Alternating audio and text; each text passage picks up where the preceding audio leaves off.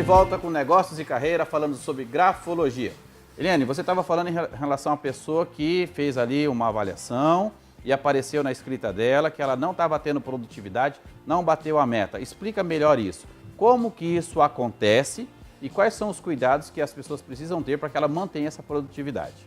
Bom, nesse caso, né, por eu conhecer a profissional, eu sei como ela é competente, o grau de entrega dela, né? E eu olhei ela estava fazendo uma redação mesmo para eu fazer a análise dela, e eu falei, nossa, mas essa característica, é o T, que a gente fala, você tem mais capacidade de entrega do que você está entregando, que a gente consegue ver isso. Tá. Então, assim, não é uma pessoa que quer muito e tem pouca capacidade, que existe muito isso. Sim. Mas é o contrário, ela tem muita capacidade, está entregando muito menos do que ela poderia. Tá. Né? Então, o que está acontecendo? Ela falou, conversou, disse que está com algumas questões que estão atrapalhando o dia a dia. Mas ela é brasileira, né? Ela é. Ela é brasileira. Então, o brasileiro, a letra do brasileiro mudou nos últimos anos, né? Infelizmente. E me diz uma coisa, com relação a empresários que contratam pessoas para trabalhar no departamento financeiro, operadores de caixa. Tudo bem que hoje, vamos falar assim, redes de supermercado, o método de controle, né? Tem a fiscal de caixa, tem o fechamento de caixa, existe uma frequência. Mas aquela empresa que ela é uma empresa mediana, que fala assim, eu tenho um pessoal da minha confiança, coloca um parente, coloca coloca um irmão, coloca a esposa, coloca o cunhado para cuidar do dinheiro. Por quê? Alguns empresários acreditam que o dinheiro é a coisa mais importante do que a própria marca, do que o próprio produto, do que a própria estratégia. Como que, através da grafologia, é possível identificar essa questão de furto, de roubo, essa tendência, sabe aquele furinho no caixa, a falta de controle, né? É possível identificar essas características? É sim, a gente consegue avaliar, não é uma coisa que eu vou dizer é ou não é, né? Então, determinada característica me diz que essa pessoa tem tendência a furto. Né? Essa é a palavra. Tá. E aí a gente consegue ver através de um sinal na escrita. Aí vem outro sinal que está me dizendo que é um sinal de insinceridade ou de mentira. Peraí, tendência a furto, mentira, agressividade. Tá. A gente vai juntando uma coisa com a outra e vai chegar no resultado que essa pessoa tende, ou pode, né, provavelmente, se ela tiver facilidade, ela tem como fazer algo errado. Tá. E a pergunta que eu quero fazer para você é o seguinte, você já fez inúmeras avaliações, correto? Sim. Você tem mais ou menos estimado isso ou não? Nunca medi, mas tenho, assim, desde 2007 que eu faço. Trabalhei em hospital, então quando você falou da questão de idosos, eu contratava muito enfermeiro, técnico de enfermagem, para o hospital particular em São Paulo. E é um perfil muito específico. Na entrevista, eles te convencem de qualquer coisa. Sim. Na hora que você vai olhar a escrita, você pega pessoas que reprovavam muita gente na grafologia porque não tinha facilidade de lidar com outro agressivo. Como é que eu vou contratar uma pessoa que vai dar banho se a pessoa não tem paciência, ela é agressiva? E aí a gente já ia deixando essas pessoas pelo caminho. Numa sala com procedimento cirúrgico, não é? Onde está só o enfermeiro, o médico, o anestesista, não é? E a minha pergunta, então você faz, lógico, todo dia você faz uma avaliação, que essa é a tua profissão, não é? Sim. No mínimo você faz aí 3, 4 aí por dia, né? O quanto que isso, digamos, numa quantidade de 100 avaliações na grafologia, quantos que aparece essa característica? Existe uma, aparece muito, aparece... Não aparece muito, pelo menos nos perfis que eu pego. Você avaliou? Tá? Não é uma característica, talvez até das funções avaliadas. Agora, por exemplo, tem empresas que precisam de pessoas honestas, aí vem na competência, honestidade. Como que eu vou dizer honestidade de uma pessoa? Mas a pessoa não fala na entrevista, eu sou honesta, não fala? Eu sou honesta, sou limpinha, aí a gente entra na linguagem corporal, né? Que é outra questão. Outro recurso. Um outro recurso. Mas na escrita, a gente consegue ver, né? De acordo com o que ele vai estar me mostrando. Mas, por exemplo, a pessoa que ela tem essa característica, ela vai deixar escapar alguma coisa. Até mesmo na entrevista. Se você souber conduzir essa entrevista, você olhou lá na escrita e você consegue identificar, e você vai levando, pede para ela trazer competência, aí ela vai dar uma escorregada de certa forma. Natural, não é? Natural. Porque a mentira ela consegue ser sustentada por um tempo, mas depois, né? Agora, se você repetir a mentira 1000 vezes, ela começa a se tornar uma verdade ali, não é? Um dos casos, eu tenho uma empresa que ela precisa contratar pessoas honestas, entre aspas, que é uma pessoa que tem ela vai visitar, por exemplo, oficinas mecânicas, né, o trabalho dela, e aí alguns têm a tendência a falar para a seguradora que trocou uma peça nova e colocar uma reconstituída. E é muito simples eu chegar para você e falar, olha, né? Tá, vazou. A gente racha aqui, né? Sim. E você não viu nada. E aí a gente vai olhar especificamente, quando a questão é olhar essas características, a gente aumenta a lupa aí para poder pegar o pelo no ovo. Deixa eu fazer uma pergunta aí. Então, vamos lá. Uma coisa é mentira, tendência a furto e honestidade. São três percepções e busca diferentes que você faz, não é isso? Ou está muito ligado? Vai estar ligado ao contraponto já. Está ligado. Tá, mas quando você vai observar honestidade, aí você vai... Eu vou olhar se a pessoa tem sinais de mentira, Tá. né? E a questão do furto, porque quando ela tem essa característica, ela já me mostra também uma insinceridade. Tá. Né? E vai trazendo outros pontos aí para a gente observar. Tá, isso aí para mecânico é interessante, porque, vamos lá, tinha uma época que eu tinha um Chevetinho, né? Eu levei ele 20 anos na oficina do meu amigo Vanderlei da Comalto. Um forte abraço, Vanderlei, um forte abraço aí pro Anderson, né? Pessoas da minha confiança que sempre falavam, Douglas, tem que trocar isso. E eu tinha um Chevetinho, eu não podia gastar com muitas peças, na verdade. Agora, se eu levo para o mecânico e começo a trocar todas as minhas peças, então a importância dessa honestidade está muito relacionada a isso. Não está dizendo só ao roubo, mas aquela de levar vantagem, não é? É nessa linha, não é? É nessa linha. Então, assim, é fazer o que tem que ser feito, trocar o que tem que ser trocado. E você também falou com relação às seguradoras, porque eles vão fazer uma perícia, né? Sim. É nessa linha também. Não, na verdade, não é do mecânico em si. Não é do cliente. Tá. É da pessoa que fiscaliza esse trabalho, no caso, né? Esse cliente é um cliente de São Paulo, que eu já faço esse serviço, Tá. mas especificamente ele vai avaliar o funcionário dele na hora de contratar essa pessoa para que seja uma pessoa que tenha mais responsabilidade nesse sentido, que não seja uma pessoa que tenha aí uma desonestidade mais aparente. Sim. Ninguém pode prometer nada, mas a grafologia ela tem aí uma assertividade de 97%. 97%. A grafologia é a alma escrita, não é? Por exemplo, para entrar no céu, não é? A Bíblia fala assim, que o homem examine o seu próprio coração. Se Deus quiser e fazer uma verificação para você entrar no céu, ele pode pegar duas coisas só, Eliane. Uma é a grafologia, escreve aí para eu ver. Né? O segundo, me dá teu celular. Deixa eu ver o que tem na memória do seu celular. Ali tem a alma também, não é verdade? O que ele vê, o que ele conversa, como que ele fala. Outra pergunta que eu quero fazer com você em relação à escrita.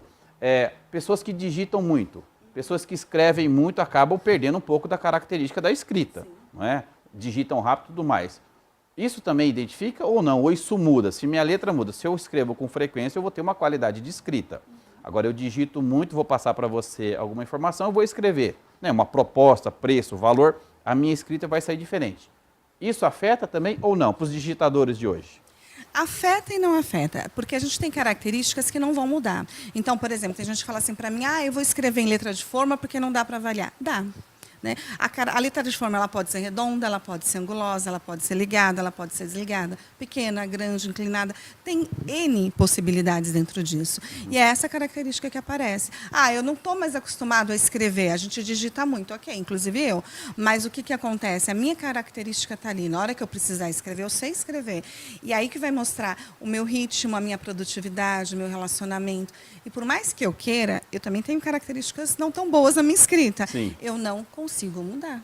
Não é possível, não. Por mais que você treine, não dá. Na É escrita, seu. né? É seu. Então, é uma coisa que você dá uma disfarçada, mas a característica fundamental, ela está ali. E uma vez que você sabe disso, entende, você já começa a se policiar, não é?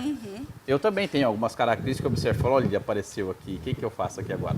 Eu fiz um workshop com o Carlos Mussato. O Carlos Mussato também, ele é um estudioso da grafologia, né, super entusiasmado, né, ele usa umas explicações muito fora da caixinha, me diverti muito com isso.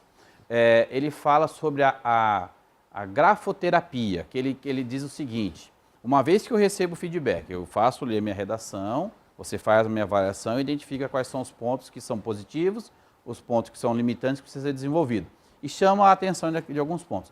Ele fala que se praticar a escrita para cuidar desses detalhes, né, para que eu melhore, eu comece a tomar consciência e a escrever aquelas características, eu vou estar começando a desenvolver como se fosse uma terapia, uma consciência para organizar isso. Você já ouviu falar sobre isso ou não?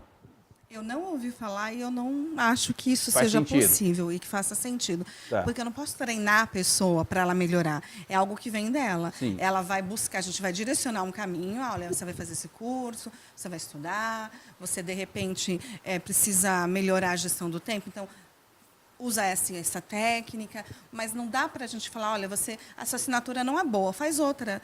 Eu estou te ensinando a mentir. Sim, Aí não, quem está sendo desonesto sou eu, sim, né? mas eu não digo para que ele mude para disfarçar, mas vamos pensar o seguinte, ó, a pessoa que ela tem um mau comportamento, aí ela vai na igreja, ela escuta uma mensagem que ela se toca, que ela tem um mau comportamento e ela, né, nós como cristãos, né, seja católico ou evangélico, assim, eu aceitei Jesus, então eu vou começar a modelar o meu comportamento com o comportamento de Cristo para que o meu velho homem morra e eu comece a ter um modelo de Cristo. Só que eu sou um pecador, né? Sou um pecador. Paulo dizia isso, né? O mal que eu prego, o bem que eu prego, esse eu não faço. O mal que eu não quero, esse eu pratico. Miserável homem que sou. Então, a pessoa fala assim, não, eu aceitei Jesus. Isso não quer dizer que ela mudou os vícios comportamentais. Agora, se ela mentia, né? A Bíblia fala, se roubava, deixa de roubar, se mentia, deixa de mentir. Ou seja, ela começa a se policiar em relação a isso. Né? Uma vez que a pessoa, com o tempo, ela começa a ter uma mudança de conduta, uma mudança do comportamento focado para isso vai refletir na escrita ou não? Quando ela muda o comportamento, isso vai refletir na escrita. O que talvez eu não tenha entendido a sua pergunta é treinar uma escrita para que ela fique melhor. Não, mas porque aí não é verdadeiro. É para desenvolver né? Tem que ser o processo inverso. Sim. Você melhora para isso aparecer na sua escrita. Porque, de repente, vamos pensar assim em feedback, nível de agressividade, né? Grandes empreendedores têm um nível de dominância mais alto. E é importante que tenha. Sim, porque não existiriam as mudanças, não é? Agora, pensando assim, só que quando a pessoa não tem consciência, ela extrapola, ela não recebeu, ela fala assim, mas parece que está brigando, né? Junta os italianos lá e tal. Como que faz? Então, assim, ela começou a tomar consciência. Eu vou dar um exemplo. Tem uma colega nossa de um cliente, Cássia, um grande abraço para você, Cássia. Ela dizia o seguinte, porque o meu pai me acordava puxando o cobertor, gritando, pula, levanta. Eu tenho 2 filhos, como que eu acordava meus filhos? Pula, levanta, né? Puxando o cobertor. E ela disse assim para mim, eu acordo os meus filhos com um beijo no rosto. Eu falei, nossa, dá para acordar alguém com um beijo no rosto? Então, a partir daquele momento, eu tomei consciência e mudei o meu comportamento para chamar os meus filhos. É importante chegar no horário na escola? Sim. Mas eu, como pai, como que eu me comporto em relação a isso? Tendo essa consciência, essa evolução, automaticamente vai mudar a escrita. Sim, vai okay? mudar. E quando a pessoa não quer, naturalmente não acontece. Deixa eu fazer uma pergunta bem legal. Para votar, seria bacana, não é? Escolher o candidato e fazer uma análise da grafologia. O que você me fala se nós, como recrutadores, né? Sinais de mentira, né? Então, essa é a minha pergunta. Eu quero, maravilhoso. O Paulo costuma fazer isso. Provavelmente lá no site dele deve ter alguma coisa. Né, hoje a gente vai gravar ainda rapidamente mais um programa, mais um quadro que eu quero falar sobre linguagem corporal. Né? Nós, como recrutadores, eu criei lá o funil de recrutamento estratégico, eu trabalho com 8 estágios. Né? E um dos estágios entra as questões psicológicas, que entra a grafologia e as próprias avaliações psicológicas.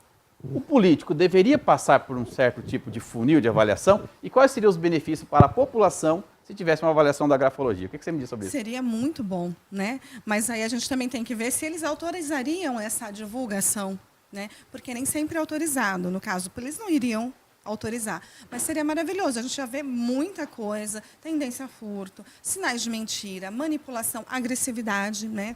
Fundamental. Okay. A maioria tem. Seria ótimo. Vamos encerrar esse programa, depois vamos falar um pouquinho, vamos começar o outro programa falando sobre linguagem corporal. Então fica a dica aí, você que é político, né?